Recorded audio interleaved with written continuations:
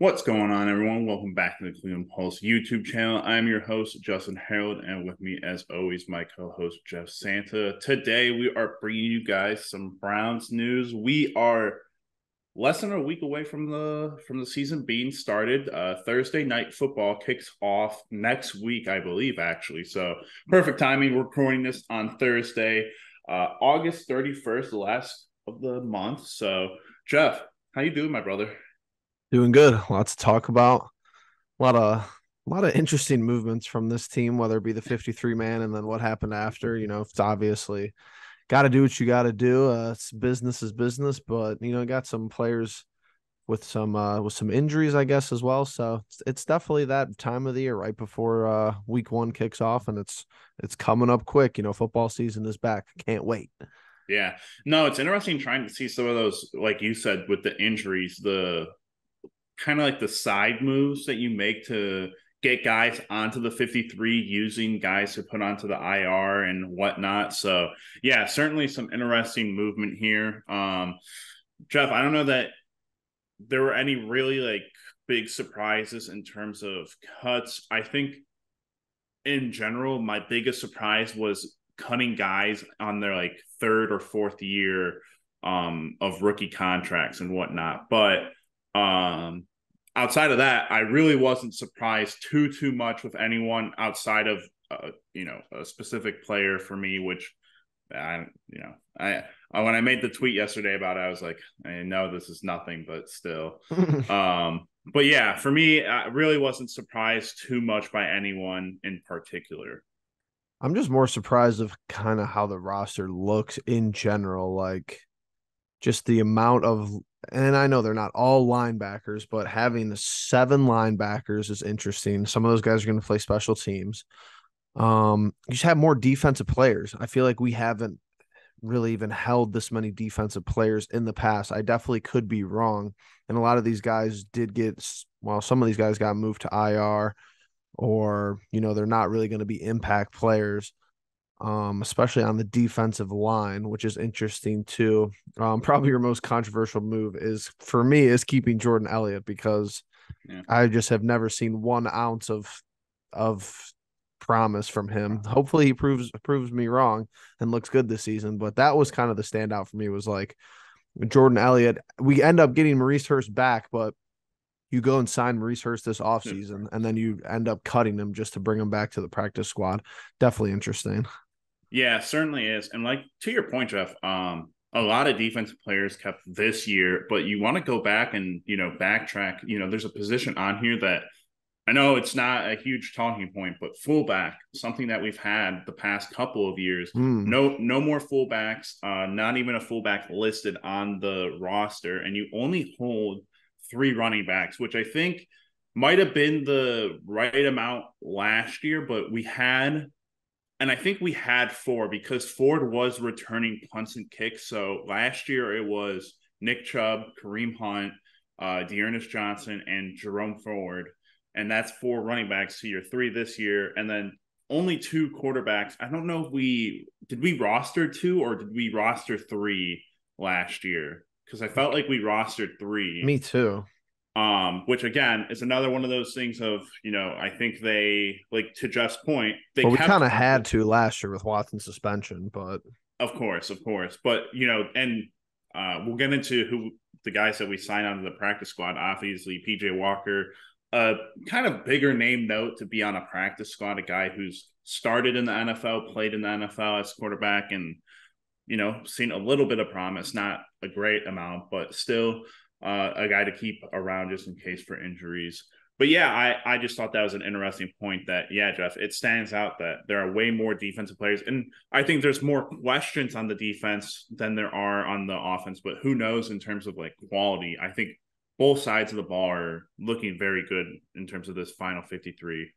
and then another thing that just bothers me because it's just unlucky all around for all parties involved. Like how many years in a row, unless I'm totally forgetting anybody, and I really don't think I am, how many years in a row are we going to go without a true kick punt return specialist? Like I get it's not a big Oh, part of the game, but as far as starting field position, like punts are having a good punt return team, makes a huge difference. Kick returns, they basically have done away with kick returns. I don't really care about that. If we just took a touchback every single kick return, the whole season, I would sincerely not care. But it's like, who is so you have to figure out if Donovan Peoples-Jones is returning punts again, which he's not bad at. I'm not complaining that we don't have talent in that area. I'm just complaining that we go and get Jakeem Grant 2 years ago, and Yeah. he just has unfortunate luck back-to-back seasons. And now with Jerome Ford not being 100%, he's your other option specifically on kickoff return. So it's like, is Donovan Peoples-Jones your guy for that whole segment of your special teams, operations, when he's really in contention to be wide receiver 2 or wide receiver 3, and coming up on a year where he probably is, has a chance to make a good contract. I mean, I wouldn't be thrilled if I was in his position and Stefanski's like, hey, you're running back punts, especially when it's not really his job and he's trying to, eventually get paid. So it's interesting. That's a great point by you, Jeff, because I'm looking at the graphic that they shared here on Twitter. And if you be able to give me share privileges in a moment, I'll be able Which to show. I got it up too. I'm looking at the offense one. Okay. I don't know that this is the depth chart, but if you notice, they have Goodwin marked ahead of DPJ right now, which I was going to say maybe Goodwin is the punt kick return guy.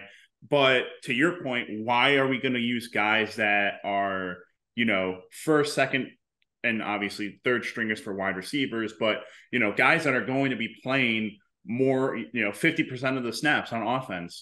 Why do we want to put them into those positions of, and again, Jerome Ford, a guy who was a punt kick returner last year, now he's the second string running back. I don't want him returning punts or kicks because I don't want him to get his head kicked off. Right. So it is interesting, and again, a player to watch in DPJ and how he kind of goes about this season. Very great points. He's up for contract, needs to make money, but very interesting. Jeff, speaking of keeping guys happy and everything, what do you think about, and obviously we still need to talk about some cuts and trades that were made that, to your point, special teams. We didn't even get into Cade York being cut, which I'm sure is one of your happier points that we should talk about. It's fine. Yeah, I mean, Jeff, you were on it all week, I think, about accountability. It just sends a bad message if a guy like Cade York, who is doing things and saying things that just don't correlate to the message that's being driven home by coaches and other players on the team, he was bound to be gone. Now, the idea of trying to keep him on the practice squad, I think, is them trying to save their asses in terms of the other talking point of, that's a 4th round pick that you used last year on a kicker, and not to mention all the other positional guys that you cut, like a Tommy Togiai, who was drafted another 2 years ago in the 4th round. There's a lot of guys I think that we could go through and comb through in terms of I think the last video that we did, Jeff, in terms of talking about draft guys and whatnot and who's still on the roster. So talking about DPJ and keeping him happy, I personally look at, AJ Green being cut and just kind of like the message that was being sent with the cuts and the guys that were being kept and guys being put on the practice squad. It was a way more interesting year than I think it has been in the past couple when making these moves. Well, it just has to be. Like, you have to think about this team in the manner of, okay, so with Watson's contract, if we don't make any serious contention toward a Super Bowl, and that's the truth, you have to really be in contention for the Super Bowl throughout his contract, or you're just straight back to a rebuild phase. And honestly, that's just how Andrew Berry's operated, because I think a lot of rosters and a lot of teams, and specifically the general managers of teams, just don't really like cutting the guys they drafted. It's just kind of just like a lose-lose, like, hey, you draft this guy and then you cut him. Obviously it looks terrible, but you don't really have a choice with how this roster is built right now and with where we are in the, how the franchise is set up. I said this in the Cade York upload. Any other Browns roster in the last 20 years, he's literally not losing his job. Because even with Andrew Berry's general manager, like we'll roll him into the season. If he sucks, then we'll do something about it. But it's like you don't have an opportunity starting this year to lose games off of stupid stuff and off of just simple parts of the game, like 40-yard field goals. That's not hard. Like I don't understand why it's all of a sudden, because we drafted him in the 4th round, like this guy was getting all, and I know people were on his ass too, but it's like, you can't be doing stupid stuff and losing games in the National Football League when you have this much riding on it. Go throughout this whole Watson contract with bad records and teams that don't even make the playoffs or get bounced in the first round of the playoffs. And by the time, the later 2020s rolls around, this team looks a whole lot different. And everybody kind of knows that. They just don't want to really talk about it. Yeah, it's interesting because, we talk about the kicker position, and for me, I have a hard time with, like, I did see the arguments on Twitter, like when we cut Cade and we traded for what's his name, Dustin Hopkins. I was seeing a lot of like people be like, all right, this is I think personally, to Jeff's point, it's a great move because you can't have. This is the year. This is the year where I think, in terms of, and again, I'm looking at cuts and I'm like, as a GM, if you're cutting a guy that you picked up last year because he's not producing well, it's not a really great thing, no matter what position it is. You look at guys who, or you look at teams like who drafted the quarterbacks. Jeff, who was it that you sent me last week? Was it the Carolina Matt Panthers? Corral? I mean, all these Corral. guys, Trey Lance getting moved. It's like you just kind of see this how the NFL's just moved toward this. Like I get 53 is a lot of people, but like you have to have the best person you could get at every spot. Like it's enough of like, oh, maybe Togiai, have a flash here. Like guy just sucks. Like it's just, it is what it is. Like you're going to either hit. That's what I'm noticing with drafts. And people are like, oh, Andrew Berry's great because of this and this and this, or Andrew Berry sucks because he's cut this, this, and this. Like they're really, and I'm fine with this. There really should be like no middle. Like why would you want to draft an average player? Right. Like that's just how I'm looking at it. Like Martin Emerson seems to be like a great talent.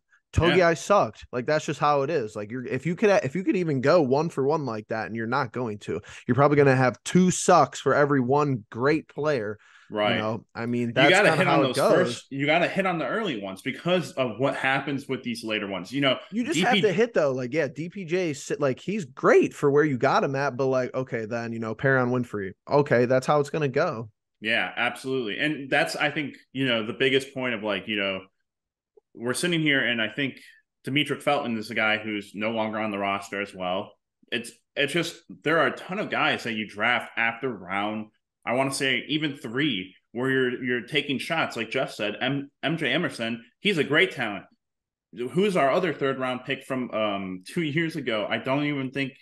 Oh, Anthony Schwartz gone. Yeah, exactly. So it's a mixed bag, but you have to take your chances. I think Andrew Berry definitely took his chances. I just think right now you're looking at this roster and you make the cuts that you make and you're doing it in the best interest of winning now. But also to that point is, hey, what's the opposite end of that? If you don't make it, let's not be like, I don't like the analysts that are being super crazy on social media right now about the Browns, because I understand the whole issue of talking about Deshaun in the context of outside of football, but when you're talking about inside football and the facts about it, you look at this roster, it's a top 10 roster, point blank, no questions about it.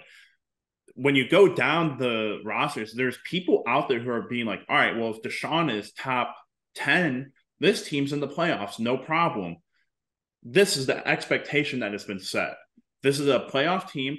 This is a team that has a coach that's been proven in a year, a team that has a quarterback that's been proven in prior years, a running back who has been top 3 since he's been a starter, an offensive line that has been top 5 for probably the last 3 to 4 years.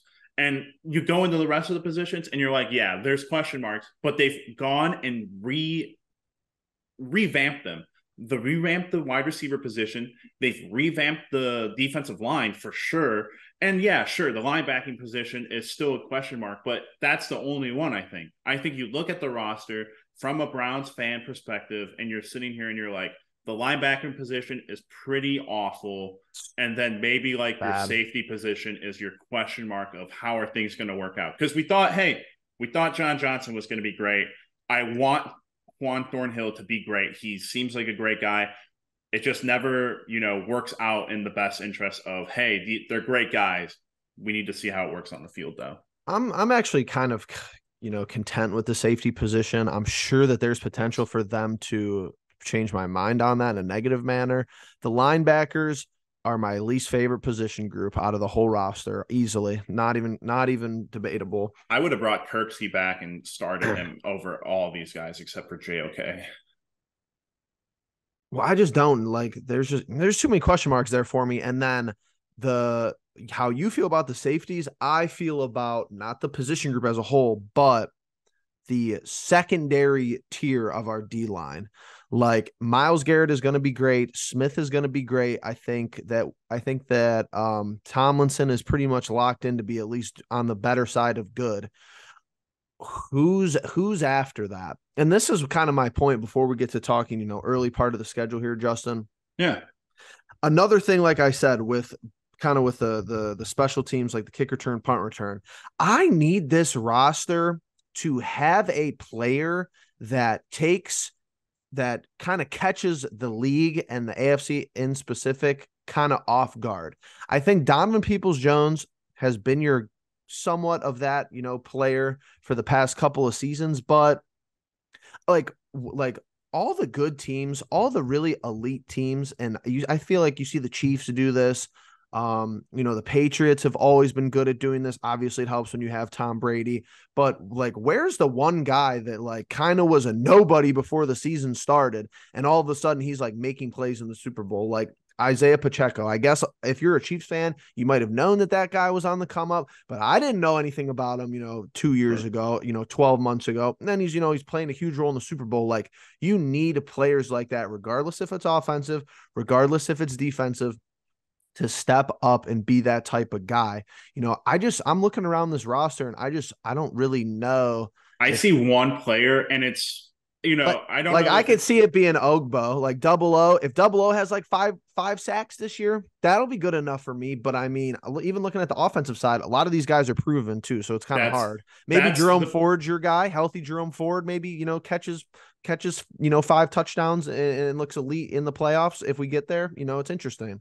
For me, and that's a great point, Jeff. I think that a lot of teams Tillman, do have that. Is Tillman your guy? I'd love for it to be, but I think the point of exactly. And I was going to say Elijah Mitchell, who's the number 2 guy, but again, there's so much hype around him and how well he's been doing in camp that it's like that's not an underdog kind of like right. Guy. People kind of know. I mean, he was a second round pick, too. Yeah, basically and fringe first. And just because he didn't do well in New York with Zach Wilson of all quarterbacks, doesn't mean he's not a stud with a guy like Deshaun Watson. Even if somebody who steps up like on an injury, like let's say Wills is hurt, and then like DeJuan Jones comes out and they put him over there and he just shines. Now, is that really realistic? I don't know. Will he even get opportunities on that side of the ball? I don't know. But I need somebody who just replaces their value to a certain extent, if that makes sense. I have the perfect name, and I think you'll agree 100% because it just hasn't been like a eye thing that you like see every play because he doesn't have any interceptions yet. But Greg Newsome. Right. I think Greg Newsome is one of the guys who is out there the most on Browns social media and Browns when you think of people who talk the most and, guys who are like amping the kind of the hype up a little bit, I think Greg's in the middle of it. I think he has been. I think JOK is the other name that I would go to after him just because, there is a lot riding on both of them in terms of they are 2 of Andrew Berry's higher picks and 2 of the, young cornerstones of this defense. If they don't work out, those are 2 high draft picks that you used and 2 positions that need to be filled again. But again, they're both solid players. They just haven't really taken that like first round leap, that second round leap of guys going and being great to being extraordinary. And in terms of what we're talking about, I just think those are the two that I would point to most directly. For sure, for sure. But Jeff, outside of that, outside of me wanting to have my AJ Green moment, he makes it back onto the roster, I think, on the practice squad. But what do you think in terms of anyone? I know that when we talk the 53-man roster, you don't know all 53 names by heart. I know that every time I go to a game with my dad, he asks me, who's that guy, And we've been going to games for the past 3 years. Sure. But, was there someone that you had that, like me, AJ Green was a guy I followed out when he got undrafted out of Oklahoma State 4 years ago or 3 years ago? Was there anyone for you like that? I think Ronnie Hickman's an interesting one for me just because he went to Ohio State and it's easy to make that connection, but played good enough in the preseason to, get the job done. I mean, the safety is an interesting position group for us this year because you got the leadership, it seems like, with Thornhill and McLeod, and then you got, Delpit's kind of a wild card. I mean, he could be elite or suck. Which is, I don't think a lot of people are thinking about that like him. And then Hickman and Bell. So I know that the cornerback position has kind of always made up for our, safety deficiencies for the most part, unless it's, every single game last year where there was a big play given up. But, just kind of sucks. Ward's already in concussion protocol. It should be, Greg needs to step up. It should be interesting on the back end for sure of the defense. Yeah. And how Schwartz is going to play it. Is it man? Is it always man? Is it a lot of man? Who knows? Yeah. Hopefully this is, and again, going back to your point, with Ward being out, this is where Greg needs to step up and be like, yeah, I can be an outside corner. And he's going to have to make it tough for the front office to be like, all right, do we extend him and trade Ward, or do we trade him and keep Ward? Which I'm going to be honest with you, with how often Ward is injured, we're going to have a real discussion at the end of the year about this. For sure. But let's move on to the roster. We've been talking the roster. Let's move on to the schedule, Jeff. It is finally time to get into it. 17 games, 4 preseason games done. What are we thinking about game number 1 against Cincinnati? Going to be interesting. Joe Burrow is finally back this week. And this is obviously huge first game, divisional game. And you get a huge title, Joe Burrow versus Deshaun Watson. What version of Deshaun Watson are we get? What version of Joe Burrow are we going to get? It's high value game. So here's the thing. 1 p.m. though. Let's take the AFC. The AFC is obviously the better, more competitive division. I don't think that there's any debate about that. I don't think anyone will dispute that. 100%. Now let's take the AFC and bring it into the AFC North. I think the AFC North is the best division in football. Obviously extremely biased. However, I don't know. I think a lot of people outside of the division would say that as well. Maybe the Chiefs in that division too. If Denver's competent, that might be the best division in football. But the Raiders, I don't know. Yeah. So here's my thing. And I will bring this back to the Bengals game in all eventuality, because I don't know if we should go too far, maybe the first, couple of weeks. Sure. But with that being said, that being broken down, the first 4 games of the year, and this is just what annoys me, the first 4 games of the year and the last 3 games of the year. So those 7 games, I think, is the season for me. Already off the rip. Everything in between the other what? How many games we play? 17. The other 10 games. Are they going to be impactful situationally? Of course. Do I really care about them? I mean, obviously I care about them, but like just looking at the schedule top down. So your first 4 games, Justin. Here's how I'm breaking this down. Yep. You gotta go. I think you gotta go 3-1 in these first 4 games. And I would prefer to go 2-1 against the division. That's how I'm looking at it. If you go 2-2 and you're 2-1 with the division, I think I could sleep at night. If you go 4-0 obviously is fine. 1-3. I think we're already hard pressed to make the playoffs if we go 1-3. Like, not impossible, but obviously they have all these stats like, oh, if you start 0-2, it's very difficult. If you start 1-3, yada yada yada. But it's 1-3 against the AFC. You have to win every AFC game. Like, these first 4 games, and even the 5th game, like, if we're 4-1 or 3-2, the 49ers could beat us by 100. I sincerely would not care. I would not care if we were 3-2 and 4-1 and we lost the 49ers game. I would not care at all. It's an NFC game. And then kind of wrapping that up with the back half, you got the Texans, Jets, and Bengals, the last 3. So you got to win 2 of those games. And you really, at that point of the year, you probably are going to have to go 3-0. I know that's jumping ahead, but you really cannot lose this home opener against the Bengals. And it's nice. You have 3 out of these 4 games at home. So that makes it even more pressure. Like, yeah, you really should be 3-1. You really got to defend home field here. If you lose to the Steelers on the road, it's not going to be great on whatever that is. Monday Night Football. Yeah, Monday Night Football. But if you go 3-1 and lose the game on the road, hallelujah. It'll be a lovely first month of the year.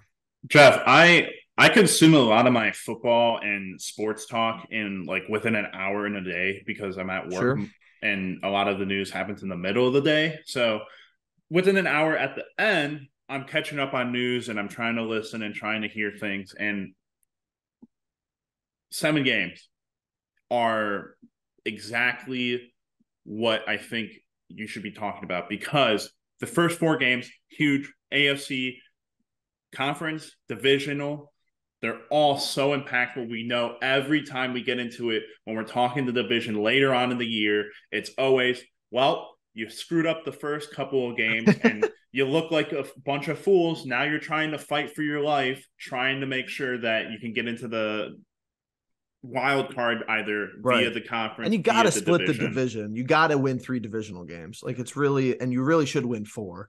But here's the great point that you made is that I think the first 4 games are the most winnable and most,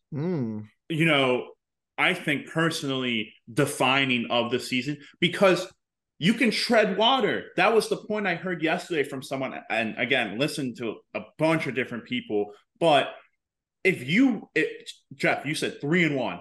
3-1 is the number that I heard continuously yesterday because we have the bye week 4, which is awful. But you go 3-1, you get the bye week. From that point forward, if you tread water, you're not going balls to the wall and you're keeping guys relatively fresh for the end of the season, then yeah, if you're losing a San Francisco game here, let's just say Seattle down the road or let's say Chicago for whatever. Right. Those games that aren't, right at the end or right at the beginning, you can get lost in there.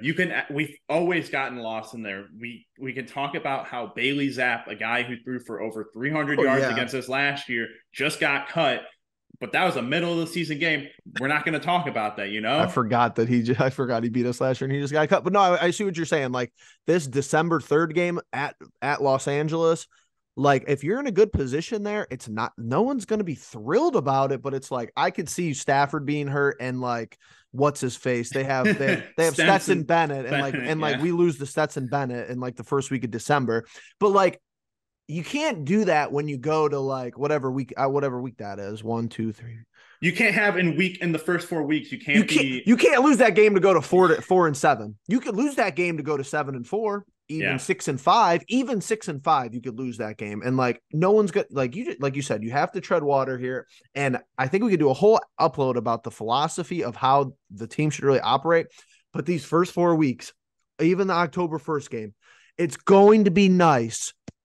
Hopefully, throw the ball. Let Watson cook these first. Maybe not the Steelers game. I think you play a little bit more conservative against the Steelers game because Tomlin has always schemed Stefanski to a relatively high level. But the Bengals defense has really not even put one over on us in a while. Never. We've seen successful offensive games against Baltimore. Not like elite, but we put up 40 points against them a couple of times. And this Titans team really should be a win. That Titans game should really, really be a blowout. Even if it's a short week. even if it's a short week, obviously you got a scheme for Henry, but I mean, it's Tannehill and who else? I mean, Hopkins, I'm not concerned about them at Henry. all. They're really not too worrisome, but it's That'll be like, a nice test for our D line to see like how they do if against the you win run. if you win a shootout week one against the Bengals, where like Watson has 3 touchdowns, maybe throwing a rushing touchdown. Okay, he throws an interception. Okay, Yeah, whatever. But then you go from there, like especially with the running back room right now, it's too risky to lean on Nick Chubb the way that how I'll lean on him in December, when there's snow right. on the field at Cleveland Brown Stadium. That's Yep. fine. So let him kind of gradually make his way into the offense, and I mean use the wide receivers you have, man. You got Cooper, you got Moore, you got DPJ, you got Cedric Tillman. Just use these guys, run these big packages, use Jordan Akins in the red zone, and we'll go on Yeah. with our lives. Yeah, no, I mean, Jeff, in terms of keeping it to the 7 games that we're talking about, when I go back to the Cincinnati game and why I think it's monumental, I told you last year that you win the first game of the NFL season and it's a huge talking point for the Browns. Yep. It still is, because this is a home game now for the first game, a home opener against a division rival. I think This Myles Garrett might be a must win. I think Myles Garrett's going to come out and maybe have 3 sacks, 2.5. I'm gonna go. He has like 2.5 sacks and like a ton of quarterback pressures. But when you talk about a season needing to feel different, those first 4 and specifically that first game, totally agree. Need to have a statement point. It can't be you come down to the end of a game with Baker Mayfield and you need your 4th round kicker to make a field goal to win a game. I need what Jeff said. I need it to be a shootout between Joe Burrow, Super Bowl competing quarterback, against Deshaun Watson, Super Bowl competing quarterback, and the Cleveland Browns and Cincinnati Bengals are playoff competing teams. I need that to be the storyline. I need that to be what this game is like. And I think that's what we're going to get. 100% agree. And I don't even I think we still got time for predictions. So, Absolutely. We'll have another upload before the 10th, but to wrap this one up, honestly, I'm putting it now. That's a must-win game for me week 1. If you're on the road, I could justify but Burrow, misses preseason. This isn't this is everything is kind of went correct for us. We have a respectable preseason, some hiccups, but it's not like we look like total trash, the whole time. It's really just special teams looks like dog, and that's about it. Denzel Ward's the biggest name that's gonna probably be out.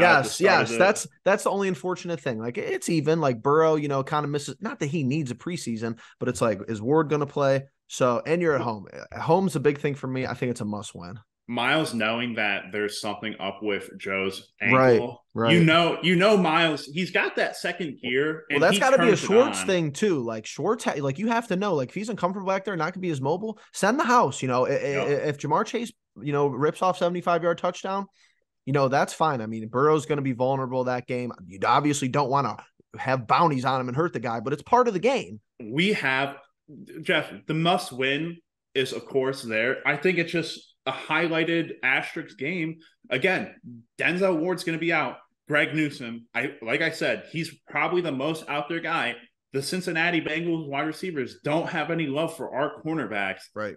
Again, huge, great matchup. There's just a ton of, again, this is why we love football so much. There is so much that goes into one game at the beginning of the season. And we're there's so many different aspects to pick apart. And we're sitting here still talking about just the Bengals game.